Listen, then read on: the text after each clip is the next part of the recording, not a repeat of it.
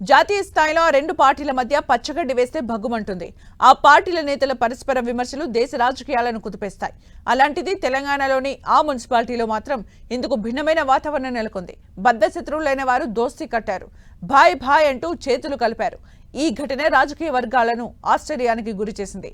తెలంగాణ వ్యాప్తంగా ఎన్నికలు జరిగిన మున్సిపాలిటీల్లో కొత్త పాలక వర్గాలు కొలువుదీరుతున్నాయి. కొత్తగా ఎన్నికైన కౌన్సిలర్లు చైర్మన్, వైస్ చైర్మన్లను ఎన్నుకోగా కార్పొరేటర్లు మేయర్, డిప్యూటీ మేయర్లకు పట్టం కడుతున్నారు. ఈ ఎన్నిక కొన్ని చోట్ల వివాదాలకు తెరతీగా మరికొన్ని ప్రాంతాల్లో పెద్ద యుద్ధ వాతావరణాన్ని నెలకొల్పింది.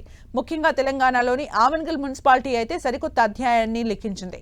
ఆమన్గల్ మున్సిపాలిటీలో మొత్తం 15 వార్డులు ఉంటే బీఆర్ఎస్ 8, బీజేపీ 5 స్థానాల్లో విజయం సాధించగా అధికార కాంగ్రెస్ 1 వార్డుతో సరిపెట్టుకుంది. మరోవైపు ఇండిపెండెంట్ గా ఒకరు గెలిచారు. మొత్తం 15 వార్డులు ఉన్న మున్సిపాలిటీలో 8 గెలుచుకున్న బీఆర్ఎస్ మున్సిపాలిటీని కైవసం చేసుకుంటుందని అంతా భావించారు. సరిగ్గా చైర్మన్ ఎన్నిక సమయానికి ట్విస్టులు చోటు చేసుకున్నాయి.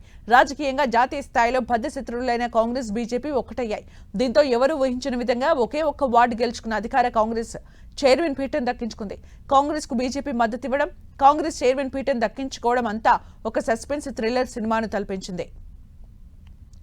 బీఆర్ఎస్ నుంచి గెలిచిన కౌన్సిలర్స్ పత్యా నాయక్ ను కాంగ్రెస్ లోకి చేర్చుకుని నేరుగా ఆ వ్యక్తినే చైర్మన్ ను చేసింది. పత్యా నాయక్ కు కాంగ్రెస్ కౌన్సిలర్, ఇండిపెండెంట్ గా గెలిచిన అభ్యర్థి, బీజేపీకి చెందిన 5 కౌన్సిలర్లు మద్దతు తెలిపారు.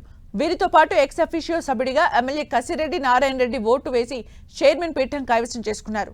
కాంగ్రెస్ కు మద్దతు తెలిపిన బీజేపీకి వైస్ చైర్మన్ పదవిని ఇచ్చారు. ఆమన్గల్ వైస్ చైర్పర్సన్ గా బీజేపీ కౌన్సిలర్ గీత ఎన్నికయ్యారు. దీంతో బీజేపీ, కాంగ్రెస్ల పొత్తు దేశవ్యాప్తంగా చర్చనీయాంశమైంది.